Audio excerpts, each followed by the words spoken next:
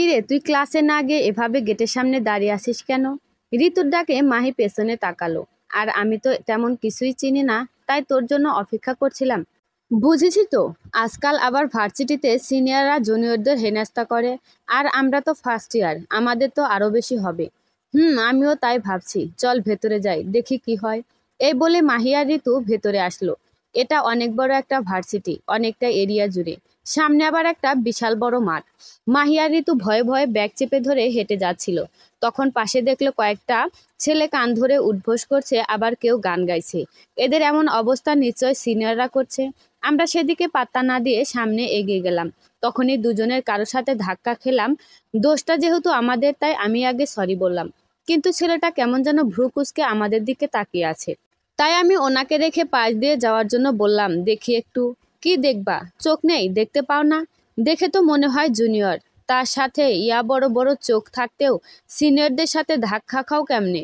মেহেরাব: আরে আজব লোক তো, গায়ে পড়ে ঝগড়া করতে আসছেন। কিছু বলছি না দেখে আমাদের অবুলা ভাবছে, দাঁড়াও দেখাচ্ছি মজা। আমি অন্ধ, দিনের বেলা কিছুই দেখতে পাই না, কিন্তু আপনার তো রাক্ষসের মতো বড় বড় চোখ, আপনি দেখতে পেলেন না কেন? মাহি: তুমি তো দেখি ভারী অসভ্য মেয়ে, জানো না সিনিয়রদের সম্মান করতে হয়? শোনেন, যে আমার সাথে ভালো ব্যবহার করবে আমি তাকে সম্মান করব, কিন্তু যে আমার সাথে লাগতে আসবে আমি তাকে ছেড়ে কথা বলবো না, বুঝলেন? মাহির কথা শুনে মেহেরাব সেই পরিমাণ রেগে গেল। রেগে গিয়ে মাহির হাতে জোরে সোরে একটা চিমটি কাটলো। এবার দেখো কেমন লাগে, লেজ ছাড়া বান্দর মেয়ে কোথাকার। এটা কি করলেন? কি আমি লেজ ছাড়া বান্দর? আর আপনি কি সুর ছাড়া হাতি কোথাকার?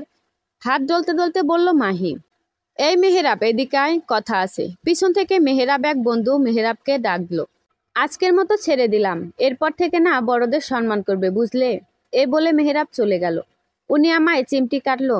এর স্বভাবটা পুরো আমার মেহেরাব ভাইয়ের মতো, যার কিনা আমায় চিমটি না দিলে ভাতই হজম হতো না। তাহলে কি ইনি আমার হারিয়ে যাওয়া মেহেরাব ভাই? না, মানুষের স্বভাব এক হলে কি সবাই এক হয়? আর আমার মেহেরাব ভাই এমন ঝগড়াটে হতেই পারে না, মনে মনে বলল মাহি। আমি জীবনে যতগুলো গল্প, মুভি দেখেছি সবগুলোতেই কোনো ছেলে মেয়ের ধাক্কা হলে একে অপরের দিকে তাকিয়ে থাকে, তারপর চোখে চোখে প্রেম, মনে মনে কথা। কিন্তু তোদের তো দেখেছি পুরাই উল্টো। চুপ কর তো তুই, সবকিছু জেনেও এমন কি করে ভাবতে পারলি? তুই জানিস না আমার মনে শুধু একজনই আছে, আর সে হলো প্রেম, মানে আমার মেহেরাব ভাই। ওকে, এবার চল। তারপর দুজনেই ক্লাসে চলে গেল। কোথায় খুঁজবো তাকে আমি? এতটা বছরে কোথায় কোথায় খুঁজিনি তোকে। আন্টিকেও পাইনি, তোকেও পাইনি, তাহলে কি কখনোই তোকে পাবো না আমার পুতুল বউ? মাহির ছোটবেলার একটা ছবির দিকে তাকিয়ে বলল মেহেরাব। সেই দিন ছোট ছিলাম বলে বাবার মুখের ওপর কিছু বলতে পারিনি, তোকে রেখেই চলে আসতে হয়েছে। কিন্তু এখন তোকে একবার খুঁজে পাই, আর কোথাও যেতে দেব না, বাড়িতে। মাহি শোন না, তোর এই কানের দুল আর এই ড্রেসটা পরে আমি বের হচ্ছি, এসেই তোকে দিয়ে দেবো, ওকে? এ বলে মাহির ফুফাতো বোন দোলা চলে গেল। দোলার বাবা নেই, তাই ওর মা আর ও মাহিদের এখানেই থাকে। মাহি, তুই দোলাকে কিছু বলিস না কেন? ও তোর সব জিনিসে এভাবে দখলদারি করে, যেন মনে হয় এই সব কিছু ওর। ও যদি বলে এসেই দিয়ে দেবে, কিন্তু আমি জানি ও এগুলো জীবনেও আর দেবে না। ঋতু আর মাহিদ বিকেলে ওদের ছাদে বসেছিল, তখনই দোলার ওপরে কথাগুলো বলে চলে গেল। ঋতু আর মাহিদের বাড়ি পাশাপাশি। আরে নিক না, তাতে কি? যা কিছু আমার সবই তো ওর। তুই এভাবে মন প্রাণ সব উজাড় করে ওকে সবকিছু দিয়ে দে। একদিন দেখা গেল তোর সব থেকে প্রিয় জিনিসটাই ও নিয়ে নিয়েছে, তখন কি করবি? না, এটা কখনোই হবে না, কেননা আমার সব থেকে প্রিয় হলো আমার মেহেরাব ভাই।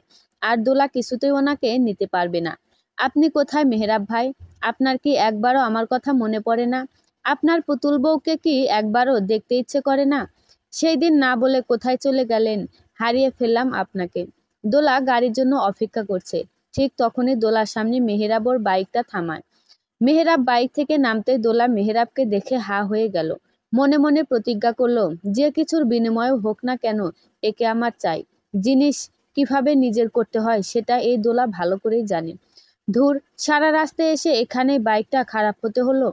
রেগে বাইকে লাথি মারলো মেহেরাব, কিন্তু ফলস্বরূপ নিজেই পায়ে ব্যথা পেল। তারপর বাইকটা নিয়ে হাঁটতে হাঁটতে চলে গেল। এইটুকু সময় দোলা হা করে মেহেরাবের দিকে তাকিয়েছিল, যেন চোখ দিয়ে গিলে ফেলবে। রোদে ঝলমল করা আকাশটা মুহূর্তে ঘন কালো মেঘে ঢেকে গেল। তার কিছুক্ষণ পরেই ঝুমঝুমিয়ে বৃষ্টি শুরু হয়ে গেল। মাহি ব্যাগটা দিয়ে কোনো রকমে মাথাটা ঢেকে দৌড়ে একটা দোকানের ছাউনির নিচে গেল। জামা ছাড়তে ছাড়তে আকাশের দিকে তাকিয়ে বিড়বিড় করে বলল, এই বৃষ্টি আর আমার রাগ সব সময় রং টাইমে চলে আসে, তাও আবার কোনো কিছু না ভেবে।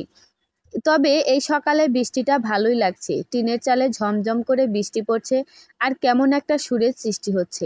তখনই মেহেরাব বাইক নিয়ে ছাউনির সামনে দাঁড় করিয়ে কোনো রকমে বাইকটা ঢেকে ছাউনির নিচে গিয়ে দাঁড়ালো। জামা ঝেড়ে চুলটা ঝাড়তে ছাড়তে পাশে তাকিয়ে দেখলো মাহি চোখ বড় বড় করে ওর দিকে তাকিয়ে আছে।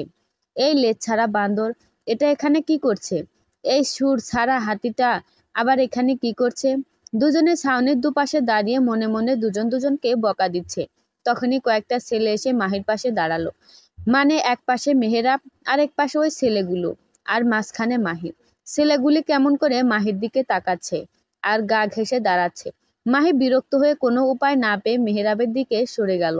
মাহির এভাবে মেহেরাবের দিকে আসতে দেখে প্রথমে মেহেরাব ভ্রু কুঁচকে তাকালেও পরে ওপাশে ছেলেগুলোকে দেখে আর কিছু বলল না। সত্যি জীবনটা কত জটিল। দুজন দুজনকে পাগলের মতো খুঁজছে, কিন্তু তারাই আবার একে অপরের পাশে দাঁড়িয়ে আছে, কিন্তু কেউ কাউকে চেনে না। সত্যি জীবন বড়ই অদ্ভুত। প্রায় অনেক সময় পর ওই ছেলেগুলি চলে গেল। তার কিছুক্ষণ পরে মেহেরাব একটা প্যাকেট থেকে রেইনকোট বার করে গায়ে দিয়ে বাইকের কাছে গেল। আরে আজব তো, ছেলেটার কাছে যখন রেইনকোট ছিলই তাহলে হুদা এখানে দাঁড়িয়ে ছিল কেন? মেহেরাব বাইকের ওপর থেকে কাগজটা সরিয়ে ভাঁজ করে প্যাকেটে পুরে বাইকের পেছনে রেখে দিল। তারপর যেই সামনে এসে বাইকে উঠতে যাবে তখনই ধপাস করে একটা শব্দ হলো। মেহেরাব পেছনে তাকিয়ে দেখে মাহি কাদায় পড়ে গেছে। কারো এভাবে পড়া দেখলে হাসতে হয় না, কিন্তু হাসি আবার চেপেও রাখা যায় না। মেহেরাবও তেমনি হু হা করে হেসে দিল। মাহি রেগে উঠে দাঁড়িয়ে মেহেরাবকে বলল, কেউ পড়ে গেলে হাসতে হয় না, বরং তাকে সাহায্য করতে হয়, সেটাও জানেন না? জানি তো, তবে আমার এখন সেই সময় নেই, ওকে। এই বলে হাসতে হাসতে বাইক স্টার্ট দিয়ে চলে গেল। বেয়াদব ছেলে। এই বলে মাহি রেগে মেগে বাড়ি চলে গেল। বাড়ি গিয়ে চেঞ্জ করে আস্তে আস্তে আরো দেরি হয়ে গেল। মাহি দ্রুত হেঁটে ক্লাসে যাচ্ছিল। একটা ক্লাস পার হতেই দেখলো মেহেরাব আর ওর বন্ধুরা সবাই ক্লাসে বসে খালি গলায় গান গাইছে।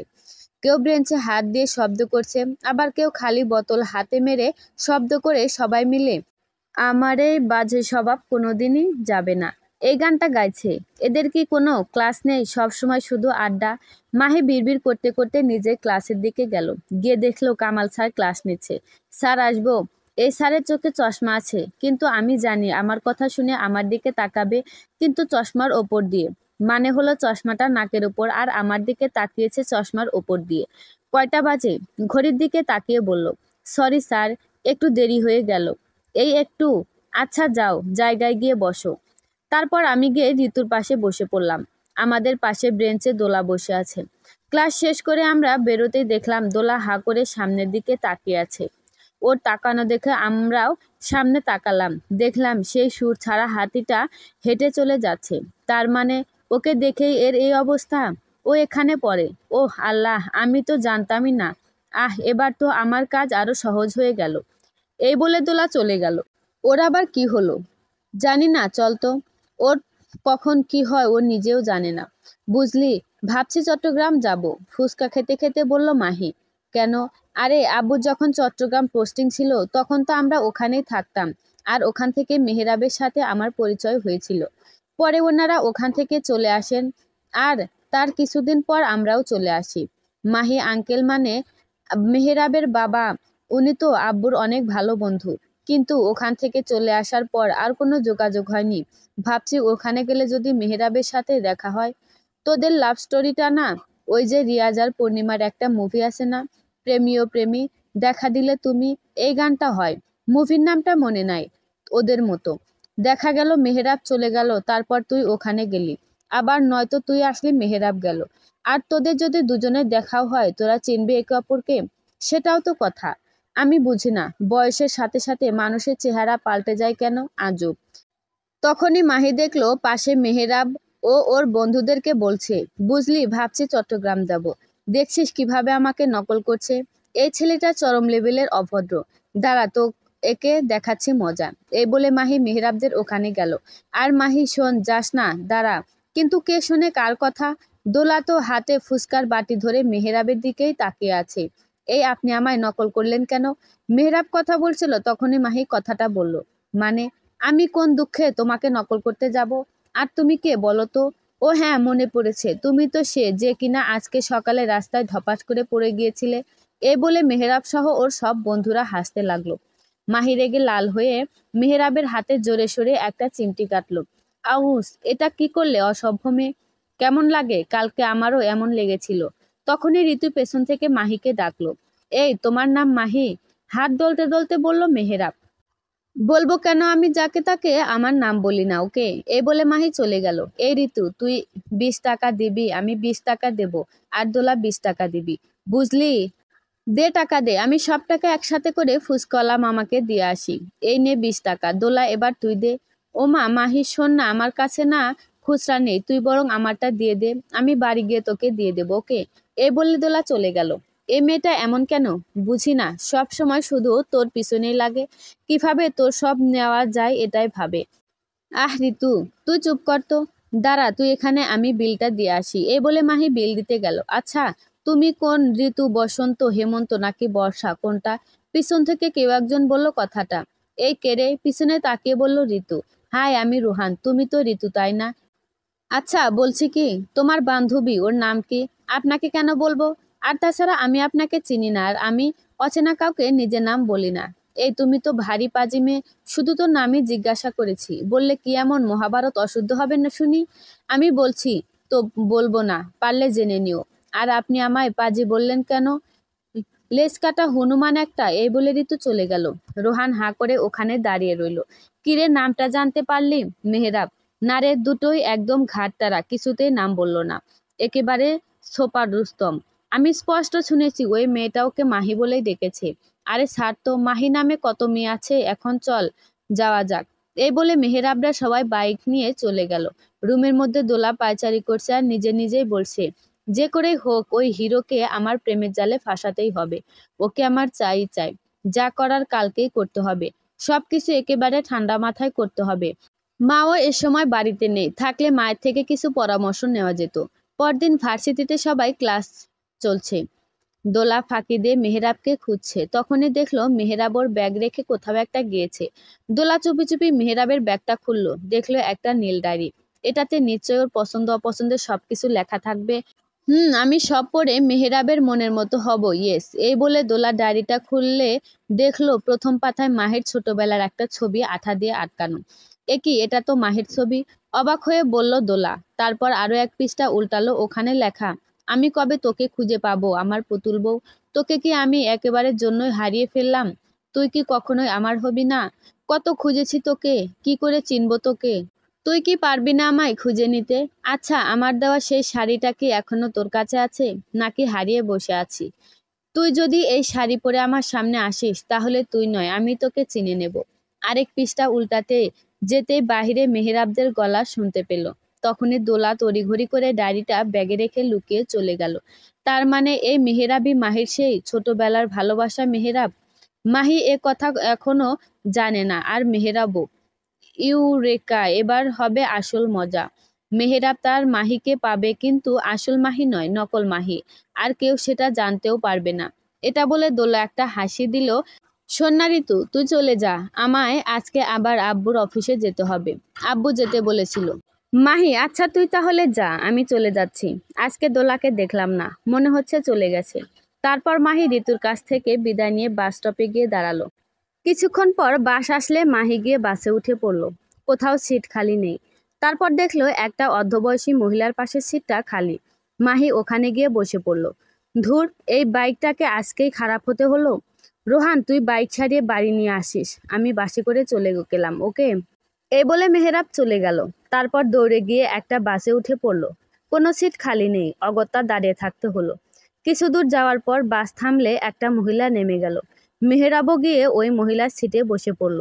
পাশে অবশ্য একটা মেয়ে আছে, তবে বর্তমানে চুল দিয়ে তার মুখটা ঢাকা। সে জানালা দিয়ে ব্যস্ত শহর দেখতে ব্যস্ত। বাস আবারও চলতে শুরু করলো। হঠাৎ করে একটু স্লো করতে মাহি তাল সামলাতে না পেরে পাশের জনের সাথে ধাক্কা খেলো। ও সরি সরি, আমি আসলে দেখতে পাইনি। এ কি আপনি? আবার তুমি? এই তোমার সমস্যাটা কি বলো তো? এত মানুষ থাকতে তুমি ঘুরে ফিরে সেই আমার সাথে ধাক্কা খাও কেন?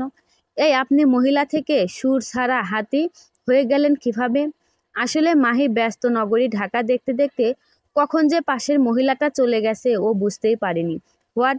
এই তোমার কি মাথা তার ছেঁড়া? কি সব বলছো? আপনার মাথায় ঘিলু কম, শুধু গায়ে পড়ে ঝগড়া করেন। এই যা, আমার স্টপ এসে গেছে, আমি নামবো। আর তাছাড়া আপনার মতো একটা ঝগড়ুটের সাথে আমি আর 1 মিনিট ও যেতে চাই না। আমারও বয়েই গেছে তোমার সাথে যেতে। যাও নামো। বাস তখনও থামেনি। মাহি নামতে গেলেই বাস আচমকা স্লো করে আর মাহি হুট করে মেহেরাবের কোলের ওপর বসে পড়ল। হ্যাঁ বসো, পারলে বুকের ভেতর ঢুকে যাও, অসভ্য গায়ে পড়া মেয়ে। এই শুনুন, আপনি একটা অভদ্র ছেলে, বুঝলেন? কোনো আদব কায়দা জানেন না, শুধু জানেন মেয়েদের মতো পায়ে পা লাগিয়ে ঝগড়া করতে। মাহি মেহেরাবের কোলে বসে থেকে মেহেরাবের সাথে ঝগড়া করছে। দুজনের ঝগড়ার মাঝে বাসটা আবার ছেড়ে দিল, আর বাসের সব যাত্রী বিরক্ত হয়ে ওদের দিকে তাকিয়ে আছে। পরে কন্ট্রাক্টর বিরক্ত হয়ে দুজনকেই বাস থেকে নামিয়ে দিল। সবকিছু আপনার দোষ, আপনার জন্যই বাস থেকে এভাবে নামিয়ে দিল। একদম মিথ্যা বলবা না, সব দোষ তোমার। তুমি প্রথমে ঝগড়া শুরু না করলে তো আর আমি শুরু করতাম না। ওরা রাস্তায় দাঁড়িয়ে ঝগড়া করছে, তখনই পাশ থেকে একজন লোক বলল, তোমাদের কি নিয়ে ঝগড়া হচ্ছে? জানি না, তবে স্বামী স্ত্রী এভাবে রাস্তায় দাঁড়িয়ে ঝগড়া না করে বাড়ি গিয়ে সব মিটমাট করে নাও, যাও। এ আমার স্বামী? সি, আমার চয়েস এতটাও খারাপ নয়। আঙ্কেল, আপনি ভুল করছেন, এই ঝগড়ুটে মেয়ে কিছুতে আমার বউ নয়। আমার এতটাও দুর্দিন আসেনি। এই বলে দুজন দুদিকে চলে গেল। পরদিন সকালে দোলা চুপি চুপি মাহির রুমে গেল। উদ্দেশ্য মাহির থেকে সেই শাড়িটা নেওয়া, যেটা মেহরাব মাহিকে ছোটবেলায় দিয়েছিল। আসলে দোলা নিজেও জানে না যে আদৌ সেই শাড়িটা মাহির কাছে আছে কিনা। মাহির রুমে গিয়ে দেখলো মাহি বিছানায় উপুর হয়ে শুয়ে একটা উপন্যাস পড়ছে। দোলা আস্তে করে গিয়ে মাহির পাশে বসে পড়ল। এই নে মাহি, তোর কাছ থেকে সেদিন যে জামাটা নিয়েছিলাম সেটা, আর ওই দিনের ফুচকার 20 টাকা। দোলাকে দেখে মাহি বইটা বন্ধ করে উঠে বসে বলল, আরে, এটার আবার কি দরকার ছিল? আচ্ছা রাখ এখানে। তা তুই এত সকাল সকাল কিছু বলবি? শোন না, বলছি কি যে আজকে তো শুক্রবার আর ভার্সিটিও বন্ধ, তাই ভাবছিলাম বিকেলের দিকে আমি, তুই, ঋতু সবাই ঘুরতে গেলে কেমন হয়? আরে এটা ভালো প্রস্তাব, দাঁড়া আমি ঋতুকে বলে দিচ্ছি। আর শোন, আমরা সবাই শাড়ি পরে যাব, কেমন? কিন্তু আমার তো কোনো শাড়ি নেই, মন খারাপের ভান করে বলল দোলা। আরে তোর নেই তাতে কি, আমার তো আছে। ওখান থেকে একটা পছন্দ করে পরে নিস, তাহলেই তো হয়ে গেল। এটাই তো চাইছিলাম আমি। বাহ, তুই সত্যি বড্ড বোকারে মাহি, মনে মনে বলল দোলা। বিকেলে ঋতু সেই কখন রেডি হয়ে বসে আছে, আর মাহি কেবল গোসল করে বেরিয়েছে। জলদি কর না রে বোন, আমার খুব অস্বস্তি লাগছে। মানুষ যে শাড়ি পরে কেমনে থাকে কে জানে। আমার তো হাঁটতে গেলেই মনে হয় যেন কুচিগুলি টুপ করে খুলে যাবে। আমারও সেই একই অবস্থা। ওদের কথার মাঝে দোলা আসলো। তারপর মাহি আলমারি খুলে সব কটা শাড়ি বার করলো, প্রায় 4-5টার মতো। দোলা ভালো করে সব শাড়িগুলো উল্টে পাল্টে দেখলো, এর মধ্যে কোনটা মেহেরাবের দেওয়া বুঝতে পারছে না। আর মেহেরাব যেহেতু শাড়িটা মাহিকে অনেক ছোটবেলায় দিয়েছিল, সেহেতু সেটা অনেক আগেই ডিজাইন হবে। আর ওখানে তো সবগুলি নতুন, তাহলে মেহেরাবের দেওয়া শাড়িটা কই? তখনই দোলার চোখে পড়লো আলমারির দিকে, দেখলো একটা প্যাকেটে যত্ন করে কিছু একটা রাখা। দোলা মাহিকে বলল, ওই প্যাকেটে কি আছে রে? মাহি প্যাকেটটা বার করে হাতে নিয়ে বলল, এটা, এটাতে একটা শাড়ি আছে, যেটা আমার খুবই প্রিয়। আমি আজকে এটাই পরবো। প্যাকেট থেকে শাড়িটা বের করে বুকের সাথে জড়িয়ে ধরে বলল মাহি, তার মানে এটাই মেহেরাবের দেওয়া সেই শাড়িটা? দোলা টপ করে বিছানা থেকে নেমে মাহির হাত থেকে শাড়িটা নিয়ে নিজের গায়ে লাগিয়ে বলল, বাহ, এই শাড়িটা তো অনেক সুন্দর মাহি, আমি এটা পরি প্লিজ। আবার শুরু হয়ে গেল এর ন্যাকামি। এটা মেহেরাব ভাইয়ের দেওয়া মাহির প্রথম উপহার। আমি নিশ্চিত মাহি এটা দোলাকে দেবে না। প্লিজ মাহি, নিজেরটা নিজে বুঝে নে, মনে মনে বলল ঋতু। কিছু মনে করিস না দোলা, আমি এটা তোকে দিতে পারবো না। আর তাছাড়া এটা তো অনেক পুরনো ডিজাইনের শাড়ি। এখানে দেখ, অনেক ভালো ভালো আধুনিক ডিজাইনের শাড়ি আছে। তুই বরং এখান থেকে একটা নিয়ে পর। আর এটা আমি কিছুতেই দিতে পারবো না। শুধু তোকে কেন, কাউকেই দেব না। দোলার থেকে শাড়িটা নিয়ে বলল মাহি। শিট, এই প্ল্যানটাও ফেল হয়ে গেল। মনে মনে রেগে বলল দোলা। পরন্ত বিকেলে নরম ঘাসের ওপর বসে আছে মাহি, আঁচলটা ছড়িয়ে দিয়েছে ঘাসের ওপর। চুলগুলোও ছেড়ে দেওয়ায় বাতাসে চুলগুলি দুলছে। ঋতু আর দোলা অন্যদিকে হাঁটতে গেছে। মাহির হাঁটতে হাঁটতে পা ব্যথা হয়ে গেছে। তাই মাহি বসে পড়েছে।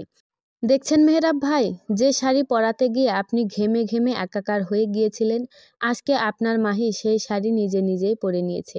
কিন্তু আফসোস, আপনাকে দেখতে পারলাম না। আচ্ছা, আপনার কি এখনো আমার কথা মনে পড়ে, নাকি ভুলে বসে আছেন? কিন্তু আমি যে ভুলতে পারছি না। সত্যি কাউকে ভালোবাসার অনেক পথ আছে, কিন্তু তাকে ভোলার কোনো পথই নেই। কিরে রোহান, তুই আমাকে এই বাচ্চাদের পার্কে নিয়ে আসলি কেন? আমি কি বাচ্চা? বিরক্তি নিয়ে বলল মেহরাব। সব সময় রুমে বসে কি ভাবিস বলতো? একটু তো বাইরে বের হ, দেখ পৃথিবীটা কত সুন্দর। আমি এই বাচ্চাদের পার্কে এসে পৃথিবী দেখব? কি সব আজগুবি কথাবার্তা। রোহান কিছু বলবে তখনই দেখলো ঋতু কাশফুল তুলছে। আসলে দোলার সাথে ঋতুর একটুও পড়ে না, তাই দুজন দুদিকে। ঋতুকে দেখে রোহান বলল, শোন না, তুই একটু দাঁড়া, আমি এই যাব কি আসবো। এই বলে রোহান ফুরুত করে দৌড়ে চলে গেল। এর আবার কি হলো? ধুর, এই বলে মেহরাব ফোন টিপতে টিপতে হাঁটতে লাগলো। কিছু দূর যাওয়ার পরই হঠাৎ সামনে থেকে বাতাস আসায় চোখে কিছু একটা ঢুকে গেল। মেহরাব বিরক্ত হয়ে ফোনটা পকেটে রেখে মাথা উঁচু করে বা হাত দিয়ে চোখ ডলতে লাগলো। তখনই সামনে কাউকে দেখে ওর হার্টবিট বন্ধ হওয়ার উপক্রম। কেননা সামনে যে তার মাহি দাঁড়িয়ে আছে, পরনে ওর দেওয়া সেই শাড়িটা দেখে চিনে ফেলেছে। একই শাড়ি অনেকেরই হতে পারে, কিন্তু মেহরাব শাড়িটা দেওয়ার সময় শাড়ির আঁচড়ে রং দিয়ে বড় করে M+M লিখে দিয়েছিল। ছোট মানুষ তো, সেই সময়ে প্লাস মানে অনেক কিছু ধরা হতো, আর সেই লেখাটা আঁচলে স্পষ্ট দেখা যাচ্ছে। মেহরাব হাসি মুখে সেই দিকে যেতে লাগলো, চোখে হাত রেখে, কিন্তু সামনে মানুষের মুখ দেখা যাচ্ছে না। পেছনে ঘুরে আছে মাহি বসেই ছিল। তখনই দুটো বাচ্চা এসে বলল, আপু আপু, আমাদের এই বেলুনটা ফুলায় দিবে? মাহি হেসে ওদের বেলুনটা ফুলে দিয়ে চলে গেল। মেহরাব হঠাৎ করে এতদিন পর সামনে তার ভালোবাসার মানুষকে দেখে যেন কিছু বলতেও ভুলে গেছে। রোহানের ডাকে হুঁশ ফিরল। তখনই সামনে তাকিয়ে দেখলো মাহি নেই। এ কি, মাহি কোথায় গেল? আমি আমার পুতুল বউকে এত কাছে পেয়েও হারিয়ে ফেললাম। কি বলছিস কি মেহরাব? এখানে মাহি কই থেকে আসবে? আর তুই কি মাহিকে চিনিস? আরে আমি দেখেছি, ওকে কত বড় হয়ে গেছে। ভাবা যায় আমার সেই ছোট্ট পুতুল বউটা কত বড় হয়ে গেছে। শোন না, ও এই পার্কেই আছে, চল খুঁজি। তুই ওই দিকে যা, আমি এই দিকে যাচ্ছি। এই বলে মেহরাব দৌড়ে চলে গেল, আর রোহান ওখানেই ঠায় দাঁড়িয়ে থাকলো। আরে আমি ওকে খুঁজবো কিভাবে? আমি কি ওকে চিনি নাকি? শাড়ি পরা কাউকে দেখলেই আমায় ফোন দিবি। যেতে যেতে বলল মেহরাব। আরে এখানে তো শাড়ি পরা কত মানুষ আছে। শোন, আর কিছু বল যাতে আমি চিনতে পারি। যা, চলে গেল। এবার আমি কেমনে খুঁজবো, কি জ্বালা। মেহরাবের কথা মতো রোহান ও মাহিকে খুঁজতে বের হলো। একটু সামনে গিয়ে দেখলো একটা মেয়ে শাড়ি পরে দাঁড়ায় আছে। রোহান ভাবলো ওটাই বুঝি মাহি। মনে মনে খুশি হয়ে মেয়েটার কাছে গেল, পেছন থেকে বলল, মাহি? জি, দুর্ভাগ্যবশত ওই মেয়েটার নামও মাহি। তোমার নাম মাহি? ইয়েস, অবশেষে তোমাকে পেলাম। দাঁড়াও, আমি এখনই মেহরাবকে কল দিচ্ছি। 1 মিনিট, আপনি আমার নাম জানলেন কিভাবে? আর এই মেহরাবটাকে? আরে মেহরাবকে চিনতে পারলে না? ওই যে তোমার মেহরাব ভাই, যাকে তুমি ছোটবেলা থেকে খুঁজতেছো। তোমার ভালোবাসা। রোহান কথা বলার মাঝে ছোট্ট একটা বাচ্চা এসে মেয়েটাকে জড়িয়ে ধরে বলল, আম্মু, এ কি তুমি বিবাহিত? তোমার আবার বাচ্চাও আছে? হায় হায়, এটা তুমি কি করেছো? তখনই মেয়েটার স্বামী এসে মেয়েটাকে জিজ্ঞাসা করলো, কি হয়েছে? দেখো না, ইনি মনে হয় পাগল। সেই কখন থেকে কী সব উল্টাপাল্টা কথা বলছে, বিরক্ত করে মারছে আমায়। মেয়েটার স্বামী রোহানের দিকে এগিয়ে গিয়ে বলল, কি ব্যাপার, সমস্যা কি? রোহান মেয়েটার স্বামীর পা থেকে মাথা অবধি দেখল। তারপর বডি দেখে রোহান একটা শুকনো ঢোক গিলে মনে মনে বলল, তুই ভুল জায়গায় ডায়াল করেছিস রোহান। এই মাহি সেই মাহি নয়। জলদি পালা, নইলে সামনের এই হাতির নিচে পড়লে চিরে চ্যাপ্টা হয়ে যাবি। এটা বলেই রোহান এক দৌড় দিল। দৌড়ে গিয়ে মাহির সাথে ধাক্কা খেলো। আরে তুমি এখানে? এই, আজকে তোমরা সবাই শাড়ি পরেছো কেন? আজকে কি শাড়ি দিবস নাকি? রোহান, আরে আপনি তো আমাদের ভার্সিটির সিনিয়র, আর ওই সুর ছাড়া হাতিটার বন্ধু। তা আপনি এখানে কি করেন? আর আজকে কোনো শাড়ি দিবস নয়, মন চাইছে তাই পরেছি। কিন্তু আমি আমার বোনদের হারিয়ে ফেলেছি। কোথায় যে গেল দুটো?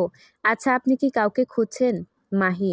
রোহান কিছু বলবে তখনই পেছন থেকে দোলা মাহিকে ডাকলো, এই কিরে, বাড়ি যাবি না? অনেক দেরি হয়ে গেছে, চল। হ্যাঁ যাব তো, কিন্তু এই ঋতুটা আবার কোথায় গেল? না, মাহিকে খুঁজে পাচ্ছি না। দোলা দুজনেই হাওয়া কোথায় যে গেল। কথাগুলো বলতে বলতে সামনে যাচ্ছিল ঋতু, তখনই কারোর সাথে ধাক্কা খেলো। ও সরি সরি। আরে ভাইয়া আপনি? মেহরাব সামনে তাকে দেখলো ঋতু। ইনিও দেখি আজকে শাড়ি পরেছে। এ যখন এখানে, তাহলে এর সাথে ওই লেজ ছাড়া বান্ধবীটাও থাকবে। এই তোমরা দুই বান্ধবীর সমস্যা কি বলো তো? আমাকে দেখলেই শুধু ধাক্কা খাও, যত সব। এই বলে মেহেরাব চলে গেল। যাহ বাবা, চলে গেল, আমি আবার কি করলাম? তারপর ঋতু মাহিকে খুঁজে পেল আর সন্ধ্যার আগে আগেই বাড়ি ফিরে গেল। মেহেরাব পার্ক বন্ধ হওয়া অবধি মাহিকে খুঁজলো, কিন্তু পেল না। অবশেষে হতাশ হয়ে রোহানের সাথে চলে গেল।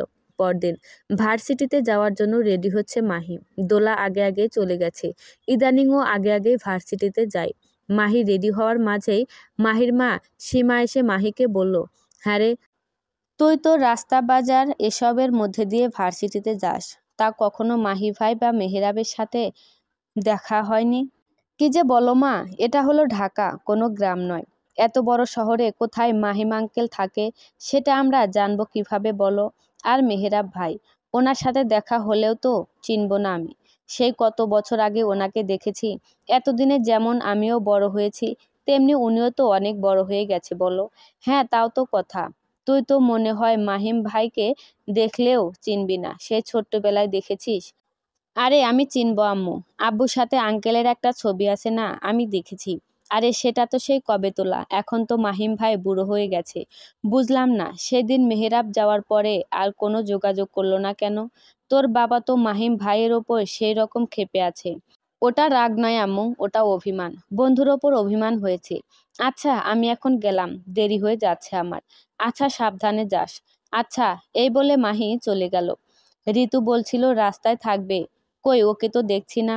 তখনই পেছন থেকে ঋতু মাহিকে ডাকলো, কিরে তোর না এখানে দাঁড়ানোর কথা ছিল, তাহলে তুই ওদিকে কই গিয়েছিলি? আরে এখানে একটা কুকুর শুয়েছিল, তাই ওদিকটায় গিয়ে দাঁড়াইছিলাম। নে চল এখন, এই বলে দুজন হাঁটতে লাগলো। এখানে রিক্সা পাওয়া যায় না, তাই একেবারে বড় রাস্তায় গিয়ে রিক্সা নিতে হবে। ঋতু আর মাহি হেঁটে গিয়ে গলি ছেড়ে রাস্তায় উঠতে দেখলো সামনে অনেক মানুষের ভিড়। ওখানে কি হয়েছে বলতো? কি জানি, চল তো গিয়ে দেখি। এই বলে মাহি আর ঋতু সামনে গিয়ে দেখলো একটা অ্যাক্সিডেন্ট হয়েছে।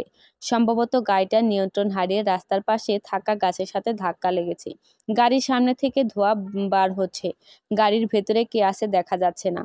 এত মানুষ এখানে, কিন্তু কেউ গাড়ির ভেতরে থাকা মানুষকে সাহায্য করছে না। শহরে এই এক সমস্যা, কেউ ঝামেলায় পড়তে চায় না। আমরা দুজন মেয়ে, আমরা আর কি করব? তবুও সাহস করে এগিয়ে গেলাম। মাহি যাস না, কি বলতে কি হয়ে যায় দেখছিস তো, কেউ এগোচ্ছে না। আমরা গেলে যদি কোনো সমস্যায় পড়ি। আরে তুই অন্তত সবার মতো কথা বলিস না। তোর যাওয়ার না হলে তুই থাক, আমি একাই যাচ্ছি। না দাঁড়া, আমিও যাব। তারপর আমি আর ঋতু এগিয়ে গিয়ে গাড়ির দরজা খুললাম। দেখলাম গাড়িতে একজন মধ্যবয়স্ক লোক, উনি একাই জ্ঞান হারিয়ে স্টিয়ারিংয়ের ওপর মাথা দিয়ে আছে। আমি ওনার কাঁধে হাত দিয়ে ওনাকে সোজা করিয়ে সিটে বসলাম। দেখলাম কপাল কেটে রক্ত বার হচ্ছে, মনে হয় জ্ঞান হারিয়েছে। কি করবি এখন? চল ওনাকে নিয়ে হসপিটালে যাই। তারপর ওখানকার লোকজনের সাহায্যে ওনাকে নিয়ে হসপিটালে নিয়ে গেলাম। ডাক্তার ওনাকে দেখতে লাগলো। ঋতু ওনার গাড়ি থেকে ওনার ফোনটা নিয়ে আসছে, কিন্তু সমস্যা, ফোন তো লক করা, কাউকে কল দিব কেমনে? তখন ওনার ফোনটা বেজে উঠল। এই মাহি, দেখ মিতা নামে কেউ কল দিয়েছে। কি করব? কই দেখি দে, আমাকে দে। এই বলে আমি ফোনটা রিসিভ করলাম। দেখলাম একটা মেয়ের কণ্ঠ। সালাম দিয়ে ওনার সাথে কথা বলে জানতে পারলাম যে অ্যাক্সিডেন্ট করেছে উনি ওনার স্ত্রী। তারপর ওনাকে হসপিটালের ঠিকানায় দিলাম। উনি বললেন যে উনি কিছুক্ষণের মধ্যেই আছেন। কথা শেষ করে আমি আর ঋতু চেয়ারে গিয়ে বসলাম। আজকে আর ভার্সিটিতে যাওয়া হলো না। অনেক দেরি হয়ে গেছে, এখন আর যাওয়া যাবে না। এই মাহি, কি ভাবছিস? হুম, কিছু বললি? আমি বকবক করেই যাচ্ছি, তোর তো দেখি কোনো হুঁশই নেই। কি এত ভাবছিস শুনি? আমার কেন জানি মনে হচ্ছে আমি এই লোকটাকে কোথাও একটা দেখেছি, কিন্তু মনে করতে পারছি না। ভেবে বলল মাহি। কি যা তা বলছিস তুই? আবার এনাকে কোথায় দেখবি? তাও তো কথা। আমরা কথা বলার মাঝে একজন মহিলা ছুটতে ছুটতে এদিকে আছে। মহিলাটাকে দেখে মনে হচ্ছে কম বয়সে উনি বেশ সুন্দরী ছিল। এখনো ওনাকে দেখে বোঝা যাচ্ছে। কোথায় কোথায় উনি? কি হয়েছে ওনার? অস্থির হয়ে জিজ্ঞাসা করলো মহিলাটা। আপনি অস্থির হবেন না, আমি আপনার সাথে কথা বলেছিলাম, আর ডাক্তার বলেছে উনি একদম ভালো আছে, কিছুক্ষণ পরে জ্ঞান ফিরবে। আপনি চাইলে দেখা করতে পারেন। তোমাদের অনেক ধন্যবাদ মা, তুমি আজকে আমার অনেক বড় উপকার করলে। এই বলে মহিলাটা আমার মাথায় হাত বুলিয়ে কেবিনের ভিতরে চলে গেল। ঋতু শোন না, আমার না এই মহিলাটাকে দেখে মনে হচ্ছে। আমাকে আর বলতে না দিয়ে ঋতু বলল, এনাকেও তোর চেনা চেনা মনে হচ্ছে, তাই তো? আমি মাথা উপর নিচ করে বললাম, মজা করিস আমার সাথে? রেগে বলল ঋতু। রাগ করিস না প্লিজ। আমি যা ভাবছি সেটাই যদি হয় তাহলে তো কেল্লাফতে হয়ে যাবে। কি বলছিস কি তুই, পাগল হয়ে গেছিস? আয় আমার সাথে। এই বলে আমি ঋতুকে নিয়ে হসপিটাল ছেড়ে সোজা বাড়িতে চলে আসলাম। এরই মাঝে ঋতু আমায় প্রশ্ন করে, কান ঝালাফালা করে দিচ্ছে। আমি বাড়ি এসে সোজা আম্মুর রুমে চলে গেলাম। আম্মু, আব্বু আর আঙ্কেলের তোলা সেই ছবিটা দাও তো আমার কাছে। কেন, কি করবি? আরে কোথায় আছে বলো তো আগে। কোথায় আর থাকবে, আলমারিতে। আম্মুর কথা শুনে আমি ব্যাগটা বিছানায় রেখে সোজা আলমারির কাছে চলে গেলাম। তারপর আব্বু আর আঙ্কেলের তোলা সেই ছবিটা খুঁজতে লাগলাম। কিরে ঋতু, তোরা ভার্সিটিতে যাসনি, এভাবে ফিরে আসলি কেন? আর মাহি এসব কি করছে? আম্মু ফিসফিস করে ঋতুকে জিজ্ঞাসা করলো। আমি কিছুই জানি না আন্টি, তোমার মেয়ে পাগল হয়ে গেছে, কখন কি করে নিজেই জানে না। এখন চুপচাপ দেখা ছাড়া কিছুই করার নেই। ওদের কথা বলার মাঝে আমি জোরে চিৎকার করে নাচা শুরু করলাম। কে রে, এমন করছিস কেন, কি হয়েছে? আম্মু, তুমি জলদি রেডি হয়ে নাও, আমরা এক জায়গায় যাব। না না, রেডি হওয়া লাগবে না, যেমন আসো অমনি চলো। আরে কোথায় যাবি সেটা তো বল। আরে তুমি গেলেই বুঝতে পারবা, চলো চলো। আরে কাপড়টা তো বদলাতে দে। না না, শাড়ি চেঞ্জ করতে গেলে অনেক দেরি হয়ে যাবে যদি ওনারা চলে যায়। তার চেয়ে বরং তুমি এভাবেই চলো। আম্মার হাত ধরে টেনে নিয়ে গেলাম। এই গাধি, তুই এভাবে দাঁড়িয়ে আছিস কেন, চল। এই বলে আমি আম্মু আর ঋতুকে নিয়ে আবার সেই হসপিটালে চলে আসলাম। তারপর ওই লোকটাকে যেই কেবিনে ভর্তি করেছিলাম সেই কেবিনে চলে গেলাম। দেখলাম উনি এখন একটু সুস্থ, বালিশে হেলান দিয়ে বসে আছে আর সেই মহিলাটা ওনাকে খাইয়ে দিচ্ছে। মাহিম ভাই, মিতা আপু, ওনাদের দেখে আম্মু কথাটা বলল। কারো কণ্ঠ পেয়ে সেই মহিলা সহ ওই লোকটা পিছন ঘুরে তাকালো। তারপর কিছুক্ষণ চুপ থেকে হঠাৎ মহিলাটা ছুটে এসে আম্মুকে জড়িয়ে ধরলো। এবার আমি শিওর হলাম এটাই মাহিম আঙ্কেল আর মিতা আন্টি। উফ, কি যে খুশি লাগছে, অবশেষে আমি আমার মেহেরাবকে পাবো। কত বছর পর ওনাকে দেখব। তারপর আম্মু মিতা আন্টিকে বলল, আমি মাহি। মিতা আন্টি এসে আমাকে জড়িয়ে ধরে বলল, বাহ, আমার সেই ছোট্ট মাহিটা কত বড় হয়ে গেছে। কপালে চুমু দিয়ে বলল। তারপর অনেক কান্নাকাটি হলো। আমি সবাইকে বললাম কিভাবে আঙ্কেলকে পেলাম, আর আঙ্কেলও বলল যে ওনার গাড়ির ব্রেক ফেল হয়ে গিয়েছিল। আচ্ছা ভাই, সেদিন কি এমন হলো যে আপনারা চলে আসার পর আর কোনো যোগাযোগই করলেন না? সীমা, আর বলো না। ওই দিন আমরা আসার পথে আমাদের গাড়ির ছোট্ট একটা অ্যাক্সিডেন্ট হয়েছিল।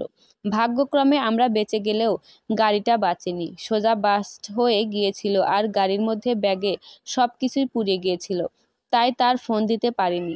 তবে কয়েক মাস পর আমি চট্টগ্রাম গিয়েছিলাম তোমাদের ওখানে, কিন্তু ততদিনে তোমরা আর ওখানে ছিলে না। কি একটা ভয়াবহ অবস্থা। আপনারা আসার পর পরই মাহির আব্বুর ঢাকায় বদলি হয়ে গেল আর আমরাও সপরিবারে চলে আসলাম। আব্বুরা কথা বলছে, আমি আন্টির পাশে বসে আছি। আন্টি আমায় জড়িয়ে ধরে বসে আছে। ঋতু বেচারি পাশের চেয়ারে বসে আছে। ওকে বেচারি বললাম কেননা ও না এখান থেকে যেতে পারছে না থাকতে পারছে। ও নিজেকে আমাদের মাঝে কাবাব মে হাড্ডি মনে করছে। আমি মনে উৎসুক করছি যে ওনারা কখন মেহরাব ভাইয়ের কথা বলবে। তার চেয়েও বড় কথা, আঙ্কেলের এমন একটা অ্যাক্সিডেন্ট হয়ে গেল আর উনি এখনো এলো না। তখনই আম্মু জিজ্ঞাসা করলো, আমাদের মেহরাব কোথায়? ওকে তো দেখছি না। এতদিনে তো মনে হয় অনেক বড় হয়ে গেছে, কোথায় ও? ওর কথা আর বলো না। ও আজকে সকালেই সব বন্ধুরা মিলে সেই কোথায় যেন ঢাকার বাইরে ঘুরতে গেছে, তাও বাইক নিয়ে।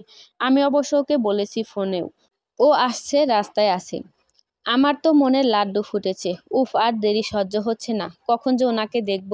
আঙ্কেলের বেশি কিছু হয়নি বলে হসপিটাল থেকে আঙ্কেলকে ছেড়ে দিয়েছে।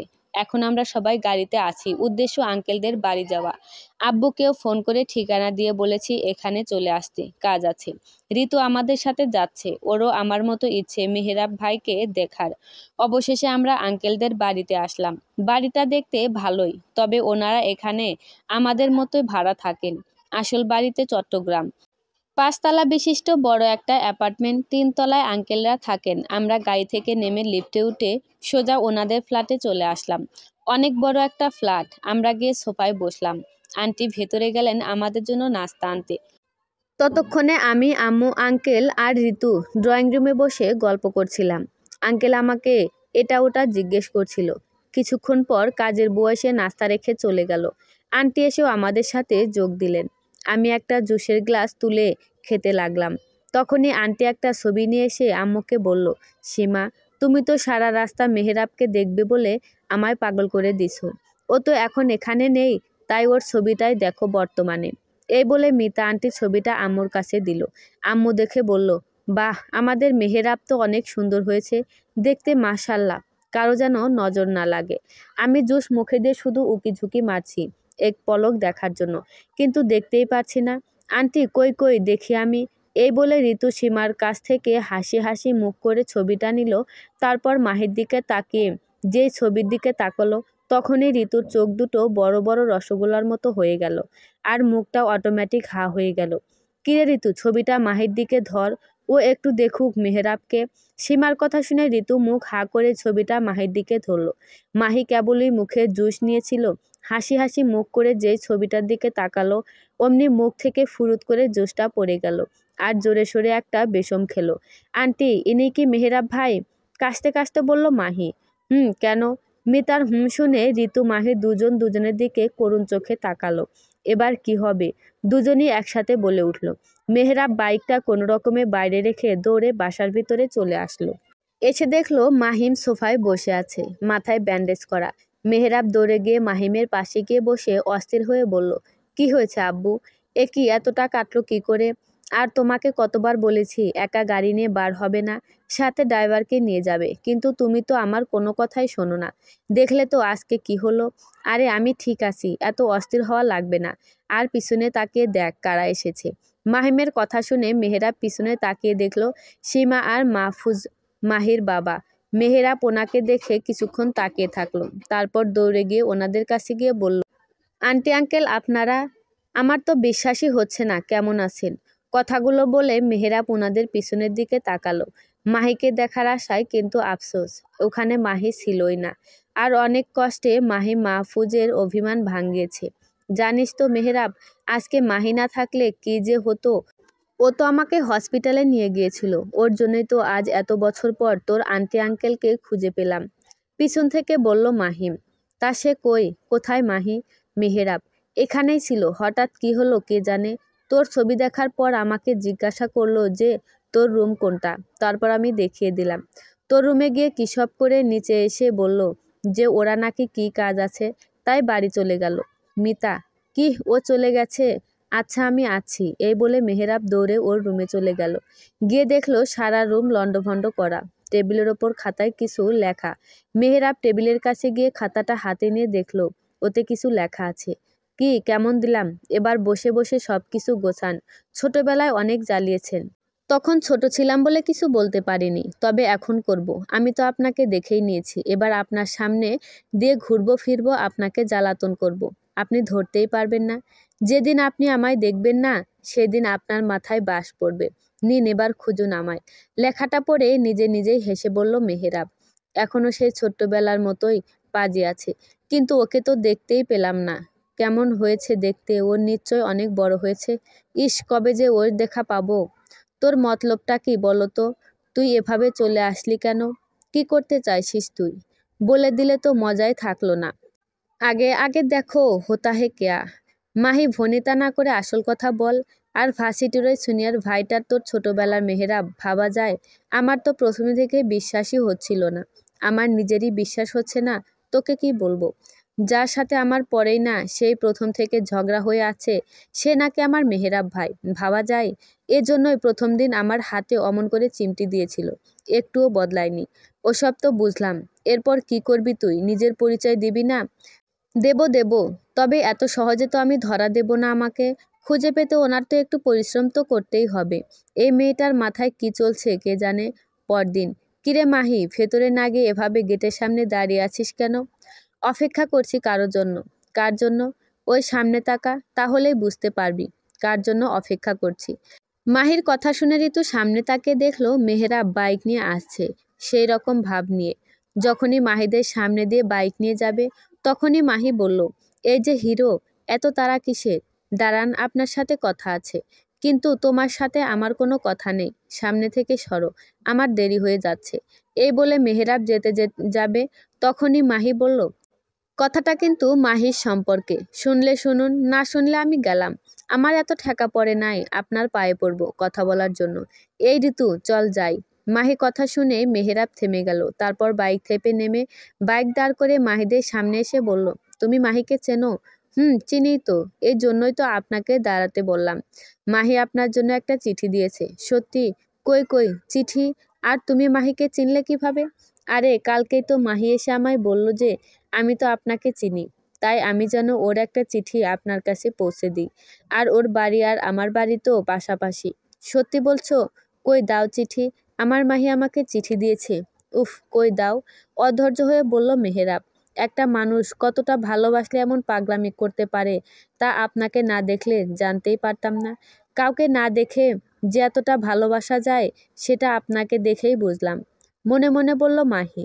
তারপর ব্যাগ থেকে একটা চিঠি বার করে মেহেরাবকে দিল। এটা আমার মাহি দিয়েছে। এই বলে চিঠিতে একটা চুমু খেলো। মাহিকে বলল, এই সামনে থেকে সরো, আমি অযথা কোনো মেয়ের সাথে কথা বলি না। এই বলে বাইক নিয়ে চলে গেল। কত বড় ফাজিল দেখলি? চিঠিটা নেওয়ার সময় কত ভালো ব্যবহার করছিল, যে ওনার কাজ শেষ অমনি পাল্টি খেয়ে গেল। তুই আগে বল, এসব কি? তুই তো নিজেই মাহি, তাহলে আবার কোন মাহির চিঠি তুই মেহেরাবকে দিলি? আমার মাথা কাজ করছে না। মানে হলো তুই নিজেই ডাবল রোল করছিস, নিজেই নিজের প্রেমের ঘটকগিরি করছিস। সেটাই। এবার বাছা ঘোরো আমার পিছে, চল ক্লাসে যাই। এই বলে মাহি চলে গেল। ঋতু মাথায় হাত দিয়ে মাথা ডলতে ডলতে বলল, এই মেয়ের সাথে থাকলে না জানি কবে পাগল হয়ে যায়। ছোটবেলা থেকে একজনকেই হিরো জানি, আর সে হলো আপনি। যখন ভালোবাসা কি বুঝতাম না, ঠিক তখন থেকে আপনাকে ভালোবাসি। আজও ঠিক ততটাই ভালোবাসি, যতটা ভালোবাসলে কখনোই ভোলা যায় না।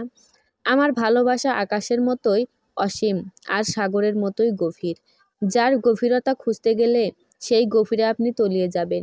কি এটাই ভাবছেন তো যে মোবাইল ফোনের যুগে আমি আবার আপনাকে চিঠি দিচ্ছি কেন? এটাই তো মজা। আমরা প্রেম করব সেই আদিকালের নিয়মে। আজকে এইটুকুই থাক, বাকি কথা কাল হবে। আমার সেই পিচ্চি মাহিটা কত কঠিন কঠিন শব্দ দিয়ে চিঠি লিখেছে। ইস, কবে ওকে সামনে থেকে দেখব। আমার যে আর তর সইছে না। চিঠিটা বুকের সাথে চেপে ধরে বলল মেহেরাব। ভার্সিটি শেষে মাহি আর ঋতু বের হচ্ছে, তখনই ঋতু বলল, মাহি, আমার একটা বই আমি ভুলে করে লাইব্রেরিতে ফেলে এসেছি, তুই একটু দাঁড়া, আমি নিয়ে আসছি। আচ্ছা, জলদি আসবি। এই বলে ঋতু আবার ভার্সিটির ভেতরে চলে গেল বই আনতে। লাইব্রেরি থেকে বই নিয়ে ফেরার সময় হঠাৎ পিছন থেকে কেউ ডেকে বলল, এই যে মিস আষাঢ়ে ঋতু, দাঁড়াও, তোমার সাথে কথা আছে। নিজের এত সুন্দর নাম এভাবে করে ডাকাতে ঋতুর রাগ হয়ে গেল। রেগে লাল হয়ে পিছনে তাকিয়ে দেখল রুহান। ঋতু রাগ দেখিয়ে বলল, আমার নাম কি ঋতু? ওকে সো ঠিক করে ডাকেন। আরে তুমি এত রেগে যাচ্ছ কেন? রাগ করো না। তোমার সাথে না আমার একটা খুব গুরুত্বপূর্ণ কথা আছে, কিন্তু আপনার সাথে আমার কোনো কথা নেই। এই আপনাদের কোনো কাজ নেই? ভার্সিটি শেষ তবুও কোনো কাজ না করে এভাবে ঘুরে বেড়াচ্ছেন। আমি আরও প্রথমে ভাবছিলাম আপনাদের ক্লাস নেই, কেন এখন দেখছি এই ব্যাপার। আচ্ছা, তুমি আমায় যা বলার পরে বলো, আগে তো আমার কথাটা শোনো। কি কথা বলছি? কি তোমার বান্ধবী তো মাহিকে চেনে, তাই না? তাহলে তুমিও নিশ্চয় চিনবে। তো আমাকে চুপি চুপি দূর থেকে মাহিকে দেখিয়ে দেবে। প্রমিস, আমি কাউকে বলবো না, এমনকি তোমার ওই বান্ধবীও জানবে না, প্লিজ। এই আপনি কত বড় মির্জাফর, আমাকে বলছেন আমার বান্ধবীর সাথে 2 নাম্বারি করতে? আর একবার যদি এমন কথা বলেন তো আপনাকে ভিসা ছাড়াই উগান্ডা পাঠিয়ে দেব। যত সব। এই বলে ঋতু চলে গেল। কি রে, এত দেরি হলো কেন? আর অমন ফোঁস করছিস কেন? আর বলিস না। তারপর ঋতু মাহিকে সবকিছু বলল। ঋতুর কথা শুনে মাহি কিছুক্ষণ ভেবে বলল, আমি নিশ্চিত রুহানকে মেহেরাব পাঠিয়েছে। দাঁড়াও, এবার জমবে মজা। এমন খেলা খেলবো না। আবার কি করবি তুই? বিয়ে করব? মানে কাকে বিয়ে করবি তুই? অবাক হয়ে বলল ঋতু। মানে হলো আমি মেহেরাব ভাইকে বিয়ে করব। বিয়ের সময় মেহেরাব ভাই সহ বাড়ির সবাই জানবে যে বিয়েটা মাহির সাথে হচ্ছে। কিন্তু মেহেরাব তো আর তার মাহিকে দেখেনি। তো বাসর ঘরে যখন মাহির পরিবর্তে আমাকে দেখবে, তখন ওনার কি অবস্থা হবে? কি সাংঘাতিক প্ল্যান। মাহি এত বেশি করাটা কি ঠিক হচ্ছে? বেচারা মেহেরাব ভাই কে এতটা টেনশন দেওয়া ঠিক হবে না। পরিচয়টা দিয়ে দিলেই তো হয়। তুই চুপ থাক তো। ছোটবেলায় বহুত জ্বালাচ্ছে আমারে, এইবার সুদ মতো সব ফেরত দেব। এখন চল বাড়ি যাই, বিয়ের সব ব্যবস্থা করতে হবে তো। মেহেরাব, ভার্সিটি তো সেই কবেই শেষ করে ফেলেছিস। এখন এভাবে বসে না থেকে অফিসের দায়িত্বটা তো নিতে পারিস। আমার বয়স হয়ে গিয়েছে, কখন কি হয়ে যায় বলা যায়। ও আব্বু, তুমি এখনো যথেষ্ট ফিট, আর সবে ভার্সিটি শেষ করলাম, এখনই কাজে ঢুকায় দিবে? একটু তো ঘুরতে ফিরতে দাও। সোফায় বসে আপেল খেতে খেতে বলল মেহেরাব। আমাদের তো বয়স হচ্ছে নাকি, একটা মাত্র ছেলে তুই আমাদের, কত ইচ্ছে ছেলের বউ দেখবো। তুই জলদি অফিসের কাজে মন দে, তাহলে তো আমরা মাহির বাবার সাথে কথা বলতে পারবো, নয়তো বেকার ছেলের কাছে কে মেয়ে দেবে। মিতা মায়ের কথা শুনে মেহেরাব আপেলে কামড় দিতে গিয়েও দিল না। কি বললে আম্মু? কেন, কি ভেবেছিস আমরা কিছুই বুঝি না? সেই ছোট্টবেলা থেকে তুমি যে মাহিকে পুতুল বউ বলো, সেটা কি আমরা জানি না? ধ্যাত, কি যে বলো আম্মু, আমি আসছি। এই বলে মেহেরাব চলে গেল। দেখো মিতা, আমাদের ছেলে লজ্জা পেয়েছে। দোলা আজকে চুপি চুপি মাহির বাবা মার কথা শুনেছে। ওনারা মাহির বিয়ে নিয়ে কথা বলছিল। দোলার তো সেই খুশি লাগছে। এখন রাস্তা একদম পরিষ্কার, আর কোনো বাধা নেই। এবার আমি অনায়াসে মেহেরাবকে নিজের করে নেব, কেননা মাহির তো বিয়ে হয়ে যাবে। বিকেলের দিকে আকাশটা একটু মেঘলা মেঘলা করছে। এই সময়ে ছাদে বসতে ভালোই লাগে, তাই ওই জন্যই তো মাহি ফোন আর ইয়ারফোন নিয়ে ছাদে চলে এসেছে। দোলা তার নিজের রুমে ঘুম পাড়ছে। আহ, কি নির্মল বাতাস, একদম মন প্রাণ ঠান্ডা হয়ে যাচ্ছে। মাহি যখন দুহাত দুদিকে ছড়িয়ে বাতাস অনুভব করছিল, তখনই পেছন থেকে কেউ বলল, মাহি। কণ্ঠ শুনেই মাহি বুঝতে পেরেছে এটা মেহেরাব। এবার কি হবে? উনি তো বুঝতে পেরে যাবে যে আমি ওনার পুতুল বউ। মাহি পেছন ঘুরল না, ওভাবে দাঁড়িয়ে থাকলো। মেহেরাব বাড়িতে বসেই ছিল, কোনো কাজ নেই এই জন্য। তবে ও বাবার কথাগুলো ভেবেছে। বাবা তো ঠিকই বলেছে, একজন বেকার ছেলের কাছে কোনো মেয়ের বাবাই তার মেয়েকে তুলে দিবে না। আবার বাবাও এখন বয়স হয়েছে, তাই কাল থেকে বাবার সাথে অফিসে যাবে আর আস্তে আস্তে সব কাজ বুঝে নেবে।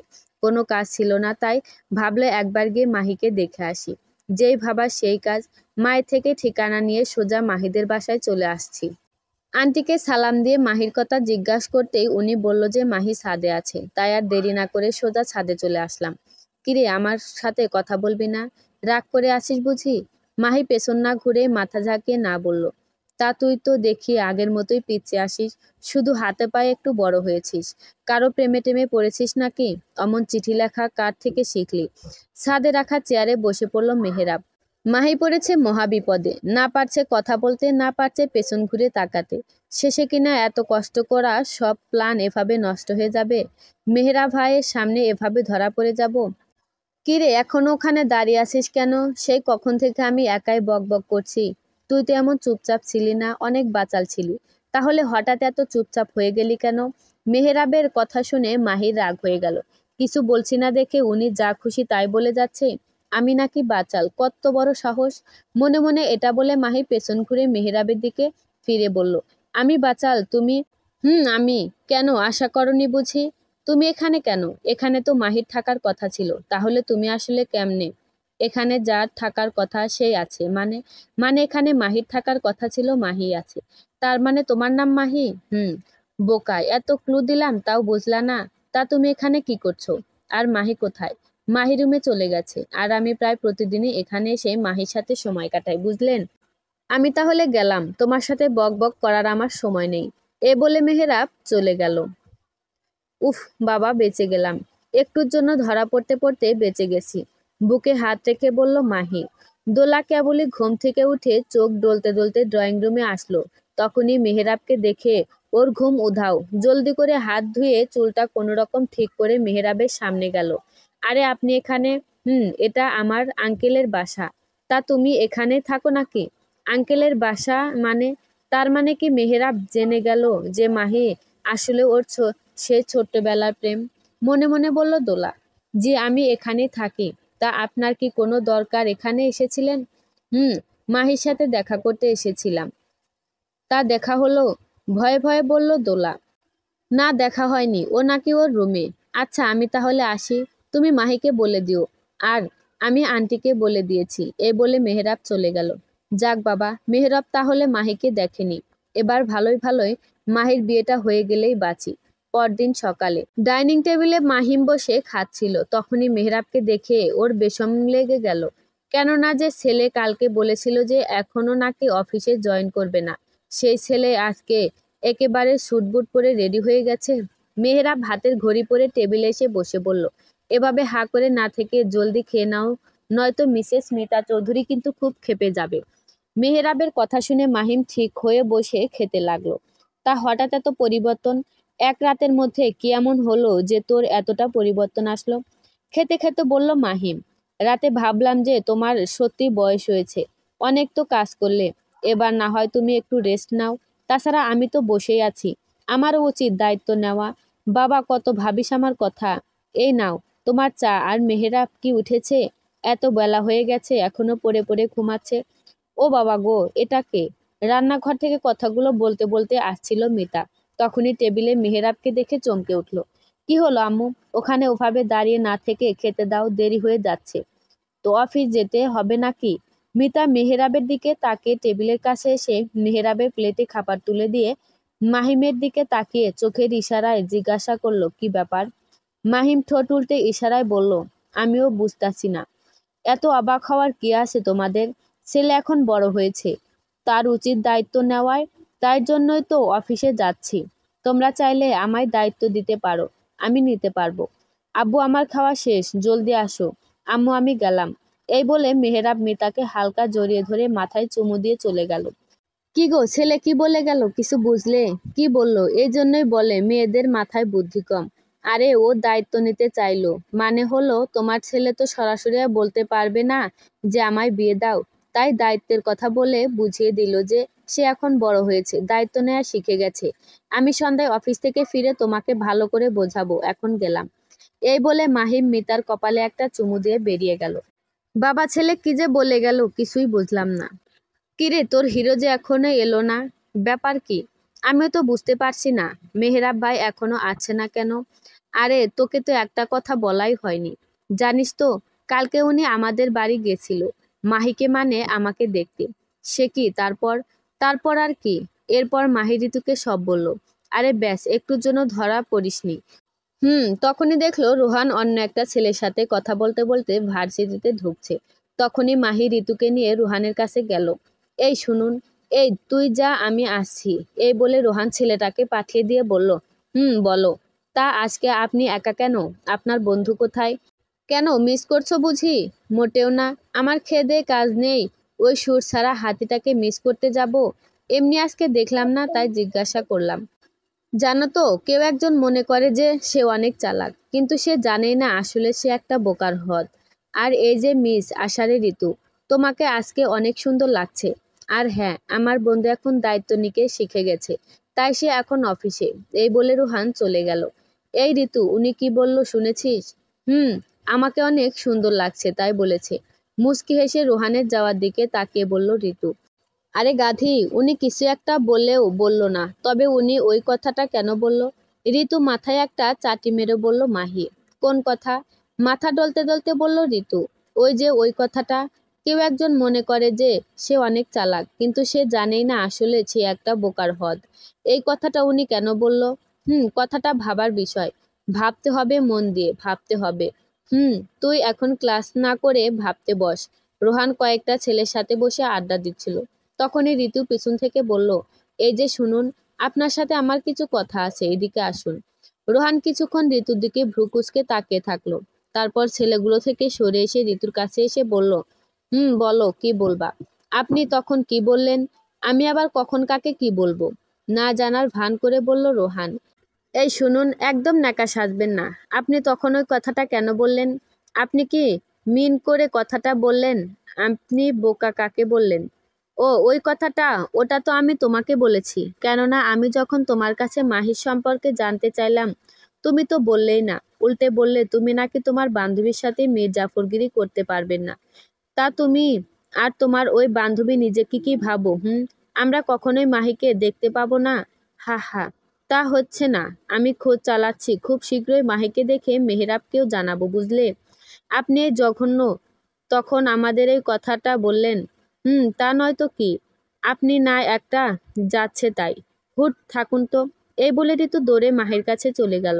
আর রোহান ওখানে ক্যাবলাকান্তর মতো দাঁড়িয়ে থাকলো। ঋতু গিয়ে দেখলো মাহি সিঁড়িতে বসে বসে ভাবছে। এই যে ভাবনা রানী, আপনাকে আর ভাবতে হবে না, আমি জেনে এসেছি যে রোহান তখন ওই কথাটা কেন বলেছে। ঋতুর কথা শুনে মাহি উঠে দাঁড়িয়ে বলল, কেন বলেছে? তাহলে কি ওরা জানতে পেরে গেছে যে আমি আসল মাহি? তাহলে আমার এতদিনে করা সব প্ল্যান নষ্ট হয়ে গেল। আরে থাম, কথা না শুনে বেশি বকবক করিস তুই। আসলে ওরা কিছু জানতে পারেনি, তবে আমার মনে হয় খুব শীঘ্রই জেনে যাবে। আমাদের খুব সাবধানে থাকতে হবে। কেন কেন? তারপর ঋতু মাহিকে সব বলল, রুহান যা বলেছিল। সব শুনে মাহি বলল, ও এই ব্যাপার। আমি আর টেনশনে মাথায় চুল ছিঁড়ছিলাম। আচ্ছা, তুই আজকে ভার্সিটি ছুটির পর তুই দোলাকে নিয়ে বাড়ি চলে যাবি। আর তুই কই যাবি? আমি মেহরাব ভাইদের বাসায় যাব। আজকাল একটা ঝটকা দিয়ে আসব। কিন্তু মেহরাব ভাই যদি তোকে চিনে ফেলে, তখন কি হবে? আরে গাধি, তুই শুনলি না তখন রুহান কি বলল? মেহরাব ভাই অফিসে। ও আচ্ছা, তাহলে ঠিক আছে। তারপর ওরা দুজনে আবার ক্লাসে চলে গেল। ভার্সিটি ছুটির পর ঋতু দোলাকে ভুলভাল বুঝিয়ে বাড়িতে নিয়ে গেল। কিন্তু দোলা তো দোলা আর ঋতুকে প্রশ্নের পর প্রশ্ন করেই মারছে। ঋতু বিরক্ত হয়ে চুপ করে থাকলো। তারপর বাড়িতে আসলে দোলা নিজের রুমে চলে গেল। মাহির মা মাহি কোথায় এটা জানতে চাইলে ঋতু বলল যে মাহি মেহেরাবের বাসায় গেছে, বিকেলের দিকে চলে আসবে। আমার আগে সন্দেহ হয়েছিল, এবার বুঝলাম মাহি তাহলে মেহেরাবের ওখানে গেছে। কি জানি যদি মেহেরাবের সাথে ওর দেখা হয়, তারপর যদি ওরা একে অপরকে চিনে ফেলে, তাহলে কি হবে? দরজার পাশে দাঁড়িয়ে সব শুনে মনে মনে বলল দোলা। এদিকে মাহি মেহেরাবের বাসায় গিয়ে কলিং বেল চাপলে মিতা এসে দরজা খুলে দিল। আরে এটা কে এসেছে? আয় ভেতরে আয়। মাহি হেসে ভেতরে গেল। তারপর চারপাশে দেখে ড্রয়িং রুমের সোফায় বসে পড়ল। তা মামুনি, তুমি বাসায় একা বুঝি? মেহেরাব আর তোর আঙ্কেল তো সেই সকালে অফিসে চলে গেছে। আমি বুড়ি মানুষ, একা এই এত বড় ফ্ল্যাটে থাকি, কিছু ভালো লাগে না। এই তো এখন আমি চলে এসেছি। এখন আর তোমার একা লাগবে না। তা তোমার ছেলের একটা বিয়ে দিয়ে দিলেই তো পারো। তাহলে আর একা লাগবে না। আমিও তাই ভাবছি। ছেলেও বড় হয়েছে, আবার এখন দায়িত্ব নেওয়া শিখেছে। মেয়ে দেখেছি, পছন্দও হয়েছে। এবার একটা ভালো দিন দেখে মেয়ের বাবার সাথে কথা বলবো। মিতা মজা করে বলল মাহির কি রিয়াকশন হয় সেটা দেখার জন্য। মিতার কথাগুলো শুনে মাহির হাসি হাসি মুখটা মুহূর্তে চুপসে গেল। তারপর মুখে হাসি আনার চেষ্টা করে বলল, সে তো ভালো কথা। তার মেয়েটাকে আর জানো তো, এখনকার মেয়েরা একদম ভালো হয় না। এরা উপরে দেখা যায় ভালো, কিন্তু ভেতরে একদম ভালো নয়। বলিস কি? আমি তো জানতামই না। তাহলে মেহরাবের বাবাকে বলি যে তোর বাবাকে যেন নিষেধ করে দেয়। মানে? বুঝতে না পেরে বলল মাহি। আরে আমি তো ভেবেছিলাম যে এত মেয়ে দেখে কি করব, মেয়ে তো আমাদের হাতের কাছেই ছিল, তাই আর অন্য কোনো মেয়ে দেখিনি। তুমি কোন মেয়ের কথা বলছো? কেন তুই? মাহি নিজের মাথায় একটা চাটি মেরে বলল, আরে মামি, তুমি জানো না আমি কেমন? এই দেখো আমার ফোন চেক করো। আরে আমার তো ফোন চালাতে ইচ্ছে করে না। ওই আব্বু ফোন দেয়, তাই চালাই আর কি। মিতা হেসে বলল, পাগলি, আমি তো তোর সাথে মজা করছিলাম। আমি তো সেই ছোট্টবেলা থেকে ভেবে রেখেছি যে আমার মেহেরাবের বউ মাহি হবে। আচ্ছা তুই বস, আমি তোর জন্য মিষ্টি আনছি। বসে থাক এখানে। এই বলে মিতা রান্নাঘরে চলে গেল। মাহি এই সুযোগে সোফা থেকে উঠে চুপি চুপি মেহেরাবের রুমে চলে গেল। আস্তে করে দরজাটা খুলে রুমের লাইট দিল। ইস কি নোংরা! ওঠার সময় বিছানাটাও গোছায়নি। এটা বলে মাহি সুন্দর করে বিছানা সহ পুরো রুম গুছিয়ে রাখলো। তারপর টেবিলে বসে খাতায় কিছু একটা লিখে ব্যালকনিতে গেল। এই পাশে 3টে ফুলের টব রাখবো, আর ওই পাশে 3টে ফুলের টব রাখবো। একটা টবে ক্যাকটাসও রাখতে যাতে উনি কিছু বললে ওনাকে ধাক্কা দিয়ে ওখানে ফেলে দেব, আর কাঁটা ঢুকে যাবে ওনার গায়ে। এটা ভালো হবে। আর এখানে একটা চেয়ার রাখবো, বৃষ্টির সময় চেয়ারে বসে চা খাবো আর বৃষ্টি বিলাস করব। এইসব কেউ এখানে রাখে? মেহেরা প্রতিদিন সকালে ব্যালকনিতে এসে ব্যায়াম করে, তাই ব্যায়ামের সব সরঞ্জাম রয়েছে। ওটা দেখেই বলল মাহি, এগুলো সব ছাদে রেখে আসবো, আর ব্যালকনিটা আমার মনের মতো করে সাজাবো। রাতে এখানে ওনার কাঁধে মাথা রেখে রাতের আকাশ দেখব। আচ্ছা, সব কিছু ঠিক করে নিয়েছি, এবার যাই। মেহেরাবের রুমের ব্যালকনিতে এসে একা একাই বক বক করে মাহি চলে গেল। রুম থেকে বেরিয়ে লাইট অফ করে দরজাটা আবার আগের মতো বন্ধ করে পেছন ফিরে যেতে হাঁটতে যাবে, তখনই কারোর সাথে ধাক্কা লেগে পড়ে যেতে গেল। কিন্তু তার আগেই একটা শক্তপোক্ত হাত ওর কোমর চেপে ধরল। দুপুরে বাবাকে বলে অফিস থেকে বাড়ি আসলাম লাঞ্চ করার জন্য। আজকে প্রথম দিন, সব কিছু বুঝে নিতে ভালোই বেগ পেতে হচ্ছে। তাই বাড়িতে এসে সোজা রুমের দিকে আসছিলাম। আশ্চর্য মেন, দরজাটা খোলা আর ড্রয়িং রুমে কেউ নেই। পাশে তাকে দেখে আম্মু কিচেনে, হয়তো নিচতলার আন্টি এসেছিল। চলে যাওয়ার সময় আম্মুর দরজা লাগাতে মনে নেই, তাই আমি দরজাটা লাগিয়ে আম্মুকে না ডেকে ভাবলাম রুমে গিয়ে ফ্রেশ হয়ে তারপর আম্মুর সাথে দেখা করি। কিন্তু রুমে আসার পথে কারো সাথে ধাক্কা খেলাম। সামনের জন পড়ে যেতে গেলে আমি ওনাকে ধরে ফেলি। ভালো করে তাকে দেখি 2 নাম্বার মাহি, মানে হলো ভার্সিটির ওই লেছাড়া বান্দর মেয়েটা। তুমি এখানে? কারো গলার আওয়াজ শুনে আমি এক চোখ খুলে দেখি আমাকে যে ধরে রেখেছে সে আর কেউ নয়, স্বয়ং মেহেরাব ভাই।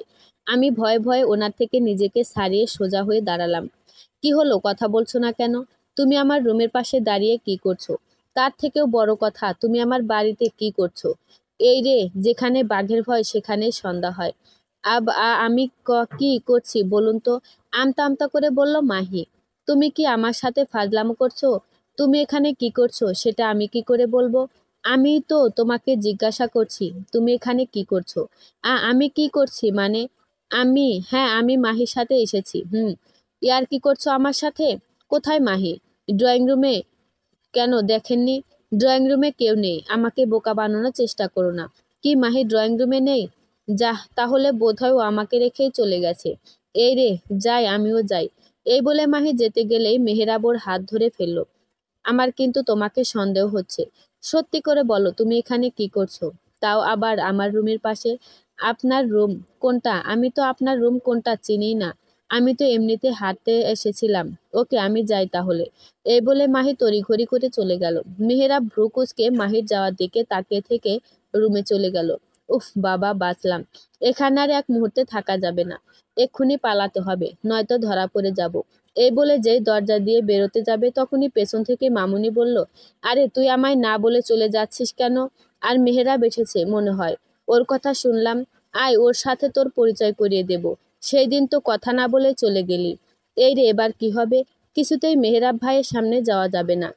মামুনি, আমি বরং এখন আসি, অন্য একদিন দেখা করব। দেখছো না আজকে কত দেরি হয়ে গেছে।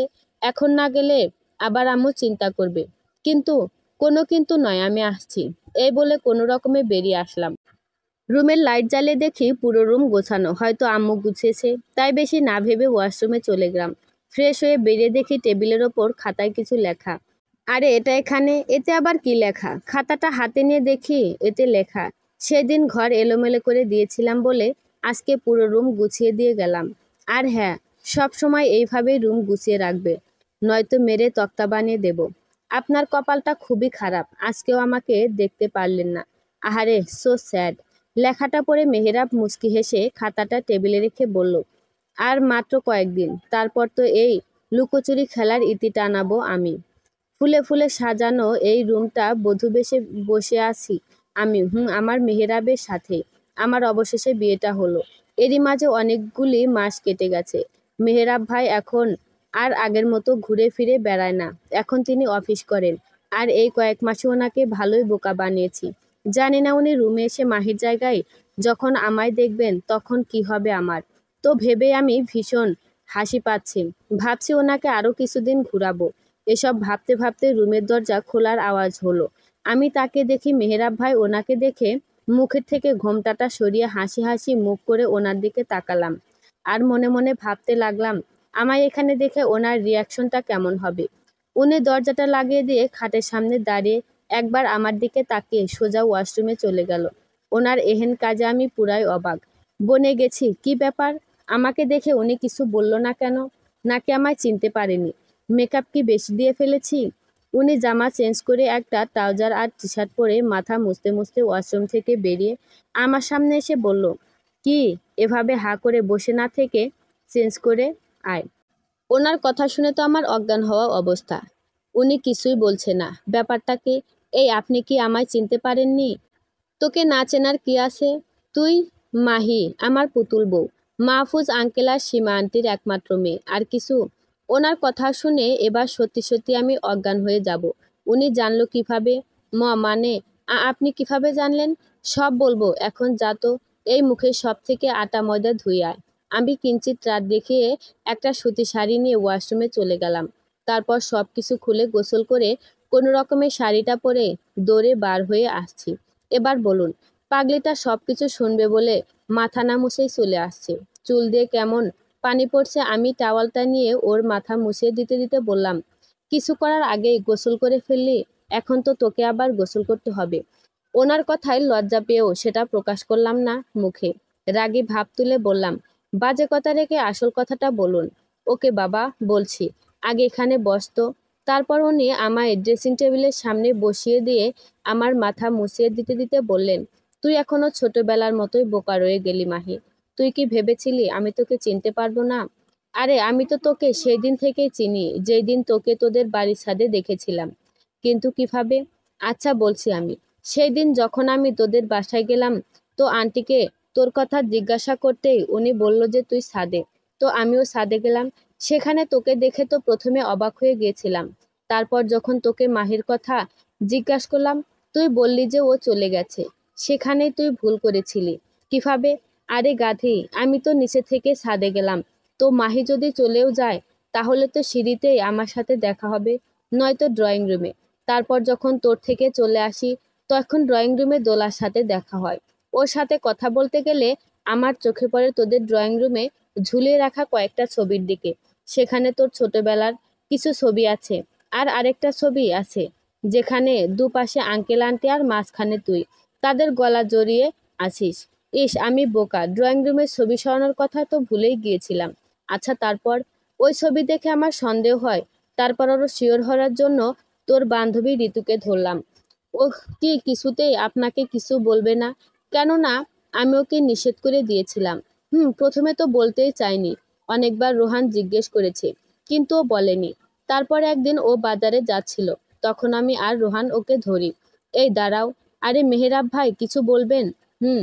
সত্যি করে বলো মাহিকে। আরে আমি কিভাবে জানবো? আমি জানি না। আমি জানি তুমি সব জানো, কিন্তু বলছো না। আজকে যদি না বলো, তাহলে তোমাকে ধরে রোহানের সাথে বিয়ে দিয়ে দেব। কিরে রোহান, তুই রাজি তো? যদিও একটু ঝগড়াটে, তবুও তুই যখন বলেছিস আমি বিয়ে করে নেব। দাঁত কেলিয়ে বলল রোহান। ছি, আমি জীবনেও আপনাকে বিয়ে করব না। তাহলে বলো মাহিকে। বলবো। ওকে বলছি, তবে মাহিকে বলবেন না যে আমি বলেছি আপনাকে। তাহলে আমায় লবণ ছাড়াই কাঁচা চিবিয়ে খাবে। ওকে বলবো না। এখন বল মাহিকে। আসলে আপনি যাকে লেজ ছাড়া বান্দর বলেন, ওই আপনার মাহি, মানে মাহফুজ আঙ্কেলের মেয়ে। ও আপনাকে দেখেছিল আপনার বাবার অ্যাক্সিডেন্টের দিন। তখনও বলল যে আপনার সাথে মজা করবে। আপনি নাকি ছোটবেলায় অনেক জ্বালিয়েছেন, তার শোধ তুলবে। তাই নিজের পরিচয় দেয়নি। আমি গেলাম, এই বলে ঋতু চলে গেল। ঋতুর কথা শুনে মেহেরাব মাথায় হাত দিয়ে নিচে বসে পড়ল। কিছুক্ষণ পর মেহেরাব বলল, রোহান, আমার মাথায় পানি ঢাল। তুই আমার মাথায় বরফ ঢাল। কি শয়তান মেয়ে রে বাবা, একেবারে বিছু। মেহেরাব কিছু একটা ভেবে দাঁড়িয়ে রোহানকে বলল, আমরা কিন্তু চিনি না যে মাহিকে। ওকে আগে যেমন ছিলাম তেমনি থাকবো। মানে? মানে হলো আমিও আমার পুতুল বউয়ের সাথে একটা গেম খেলবো। ওর তো ভীষণ ইচ্ছে আমাকে জ্বালানোর। ওকে আমিও তো জ্বালাতেই চাই। তারপরেই না ও ওর এই প্রেমের সাথে সন্ধি করব। আগে ঝগড়া হবে, তারপর সন্ধি হবে। আর এই সন্ধিকে বলবো প্রেম সন্ধি। তার মানে আপনি অনেক আগে থেকে সব জানতেন? সব জেনেও আমার সাথে অভিনয় করেছেন। আমাকে বোকা বানিয়েছেন। আমাকে দেখে মজা নিয়েছেন। মাঝে মাঝে না আমার ভীষণ হাসি পেত। মানে সব জেনেও না জানার ভান করে থাকা খুব কষ্টকর। রোহানকে ভার্সিটিতে পাঠাতাম তোকে দেখে রাখার জন্য। একদিন ভুল করে ও বলেই দিয়েছিল, পরে আবার তোদের ভুলভাল বুঝিয়েছে। হাসতে হাসতে বলল মেহেরাব, আপনি খুব খারাপ লোক, আমাকে বোকা বানিয়ে দিনের পর দিন মজা নিয়েছেন। রেগে বলল মাহি, আর রাগ করেছিস কেন? তুই যদি ভুলভাল প্ল্যান করিস তাহলে ধরা তো খাবি। সেই দিন তুই যখন আমাদের বাসায় আসলি, সেই দিন কি বললি যে তুই মাহির সাথে এসেছিস? আরে গাধি, মাহি যদি আগে চলে যাবে তাহলে আমার সাথে দেখা হলো না কেন? আমিও তো বাইরে থেকে রুমে আসছিলাম। তোর মাথায় এটা ঢুকলো না? মাহি তো ধরা পড়েই গেছে। তবুও হার না মেনে রাগ দেখিয়ে বলল, আপনি খুব খারাপ, আমায় বোকা বানিয়ে মজা নিয়েছেন। আপনার সাথে কথা নেই। এই বলে মাহি ব্যালকনিতে চলে গেল। মাহির কাণ্ড দেখে মেহেরাব হাসতে হাসতে খাটের উপর বসে পড়ল। কেননা ও জানে যে মাহি লজ্জা পেয়েছে। আকাশে বড় থালার মতো একটা সুন্দর রূপালী চাঁদ উঠেছে। চাঁদের এক ফালি আলো এসে মাহির গায়ে পড়েছে। ব্যালকনির গ্রিল ধরে মাথা নিচু করে দাঁড়িয়ে আছে মাহি। তখন লজ্জায় রুম থেকে বেরিয়ে এসেছে। ভাবতেও পারিনি যে এভাবে ধরা পড়ে যাবে। মাহি যখন এসব ভাবছিল, তখনই পিছন থেকে দুটি শীতল ঠান্ডা হাত ওর কোমর জড়িয়ে ধরল। মাহি প্রথমে ভয় পেলেও পরে ও বুঝতে পারল যে এটা মেহেরাব। সারা শরীরে কেমন একটা শিহরণ বয়ে গেল। আবেশে চোখ দুটি বন্ধ করে মেহেরাবের হাতের ওপর হাত রাখল। বরকে রুমে রেখে এসে এখানে একা একা কি করা হচ্ছে? মাহির কানে ফিসফিস করে বলল মেহেরাব। মাহি কিছু বলতে পারল না, শুধু চোখ বন্ধ করে মাথা নিচু করে রাখলো। কি ব্যাপার, কথা বলছো না কেন? এবার মাহি মুখ খুলল। আপনি আমায় এভাবে ড্রস খাওয়ালেন কেন? আমাকে বোকা বানিয়েছেন, ঠোঁট ফুলিয়ে বলল মাহি। মেহেরাব মুচকি হেসে মাহির মাথার সাইডে চুমু খেয়ে বলল, তোমাকে বোকা বানিয়েছি বলে তুমি রাগ করেছো? আর আমি যে এই কয় মাস বেকুব বুদ্ধুরামের মতো সবকিছু বুঝেও না বোঝার ভান করে গেছি তার বেলায়। এই আপনি আমায় তুমি বলছেন? বলছি। বিয়ে করা বউকে তুই বলতে হয় না, জানো না সেটা? মাহিকে নিজের দিকে ঘুরিয়ে ওর কপালের সাথে কপাল ঠেকিয়ে বলল মেহেরাব। মাহি কিছু সময় চোখ বন্ধ করে রাখলো, তারপর মেহেরাবের গলায় দুই হাত রেখে বলল, শুনুন না। বলো না, আদুরে গলায় বলল মেহেরাব। হুট, মজা করবেন না তো। শুনুন, এই যে এখানে একটা চেয়ার রাখবেন, আমি চেয়ারে বসে বৃষ্টি বিলাস করব, আর রাতে আপনার কোলে বসে চাঁদ দেখব। আর এই দুই সাইডে তিনটা করে মোট 6টা ফুলের গাছ লাগাবো। আর আপনার এই জিনিসগুলো ছাদে রেখে আসবেন। আজ থেকেই পুরো ব্যালকনিটা আমার। এটা আমি নিজের মনের মতো করে সাজাবো, ওকে? শুধু ব্যালকনি কেন, আমার পুরোটাই তো তোমার। তুমি যেমন হচ্ছে তেমন করে সাজাও, আমার কোনো আপত্তি নেই। আপনাকে সাজিয়ে কি করব, বুড়ো ভ্যাম একটা? মজা করে বলল মাহি। কি আমি বুড়ো? তবে রে, দাঁড়াও দেখাচ্ছি মজা। আজকে তোমায় বোঝাবো আমি বুড়ো নাকি জোয়ান। এই বলে মেহেরাব মাহিকে কোলে তুলে নিল। এই না না, সরি, আপনি বুড়ো নন, আপনি হলেন কচি খোকা। হয়েছে, এবার আমায় নামিয়ে দেন প্লিজ। নো, একবার যখন বলেছ তখন তো প্রমাণ দিতেই হবে। এই বলে মেহেরাব মাহিকে কোলে নিয়ে রুমে চলে গেলে। এদিকে মা পানি ঢালো, বেশি করে পানি ঢালো, মাথাটা প্রচুর গরম হয়ে আছে। এতই গরম যে একটা কাঁচা ডিম মাথায় দিলে সেটা সেদ্ধ হয়ে যাবে। এখন এসবই বলবি? আর কি বলার আছে তোর? তোর সামনে দিয়েই তো মাহি মেহেরাবকে বিয়ে করে নিয়ে চলে গেল। ওদের সাথে থেকেও কিছুই করতে পারলি না। দোলার মাথায় পানি ঢালতে ঢালতে বলল দোলার মা। একবার সকালটা হতে দাও, দেখো আমি কি করি। থাক, তোরা কিছু করতে হবে না। বিয়াত্তা ছেলেরে নিয়ে আর কি করবি? শোন, তোর জন্য একটা ছেলে দেখেছি। ছেলেটা বিদেশে থাকে, দেখতে ভালোই। তোর রুমে ছবি রাখা আছে, গিয়ে দেখ। দেখতে সুন্দর তো? তাহলে ঠিক আছে, আমি বিয়ে করব। এই বলে দোলা রুমে চলে গেল। মাঝরাতে এসব কি শুরু করেছেন মেহেরাব? ঘুমাতে দেন। আজকে নো ঘুমানো, আজকে শুধু জেগে থাকা। মাহিকে সুড়সুড়ি দিতে দিতে বলল মেহেরাব, আমার কিন্তু অনেক ঘুম পাচ্ছে, অনেক রাত হয়েছে, নিজে ঘুমান আর আমাকেও ঘুমাতে দেন। এই বলে পাশ ফিরে শুয়ে বলল মাহি। মাহিকে এপাশ করে শুয়ে দিয়ে ওর ওপরে উঠে শুয়ে পড়ল মেহেরাব। আরে কি করছেন? কি সরুন বলছি, কুমড়ো পটাশ একটা। কি আমি কুমড়ো পটাশ? রাতে বুড়ো বলেছিলে বলে কি করেছি মনে নেই? এখন কুমড়ো পটাশ বলার শাস্তি দেবো, দাঁড়াও। রাতে তখনকার কথা মনে পড়তেই মাহির লজ্জায় কুকড়ে গেল। লজ্জা পেলেও কিছু করার নেই, শাস্তি তো পেতেই হবে। এই বলে মেহেরাব মাহিকে ভালোবাসায় ভরিয়ে দিতে লাগলো। অবশেষে দুটি ভালোবাসার মানুষ এক হলো, একে অপরের মাঝে মিশে একাকার হয়ে গেল। এতদিন শুধু দুটি মনের মিলন হয়েছিল, আজকে শরীরের মিলন হলো। 3 বছর পর। এই উঠুন, ইচ্ছে কাটছে। উঠুন, আমি আগেই বলেছিলাম যে চলুন নিচে চলে যাই, কিন্তু আপনি তো শুনলেন না। কি জানি কখন থেকে কাঁদছে আমার মেয়েটা। গায়ে শাড়ি জড়াতে জড়াতে বলল মাহি। আসলে কালকে ওদের বিয়ে 3 বছর পূর্ণ হলো, তাই ওরা ছাদে নিজেদের মতো করে সময় কাটিয়ে রাতে ছাদে মাদুর পেতে ঘুমায় গিয়েছিল। আর ইচ্ছে হলো ওদের মেয়ে, বয়স 6 মাস। কি করছো মাহি, এভাবে টানাটানি করছো কেন? ইচ্ছের কাছে তো মা আছেই। ঘুম ঘুম গলায় বলল মেহেরাব। আরে আপনি ঘুমান, তাতে আমার কি? আমার শাড়িটা দিন। সেই রাতে খেয়েছে আমার মেয়েটা। এত বড় একটা রাত চলে গেল, এখনো খায়নি। মামনি ওকে খাওয়াতে পারে। শাড়ি টানতে টানতে বলল মাহি। ধ্যাত, তোমার জন্য ঘুমানোই হলো না রাতে। এমনি ঘুমাতে পারিনি। আজকে তো শুক্রবার, যত খুশি ঘুমায়েন। এখন যান, ইচ্ছের কাছে গিয়ে ওকে কোলে নিয়ে থামান। আমি ফ্রেশ হয়ে এসে ওকে খাইয়ে দিচ্ছি। মামনি একা ওকে সামলাতে পারবে না। আচ্ছা, যাচ্ছি। এই বলে মাহির কপালে চুমু দিয়ে মেহেরাব জামা গায়ে দিতে দিতে নিচে চলে গেল। আর মাহি কোনো রকমের শাড়িটা গায়ে পেঁচিয়ে নিচে গেল। ওলে লে বেবিতা, কান্না করে না, মা এখনই আছে। কি মাহি, তোমার হলো? কতক্ষণ লাগে ফ্রেশ হতে? ইচ্ছেকে কোলে নিয়ে কান্না থামানোর চেষ্টা করে বলল মেহেরাব। আছে আর 5 মিনিট, ওয়াশরুমের ভিতর থেকে বলল মাহি। এই মেয়েদের এক সমস্যা, সব কাজে শুধু লেট।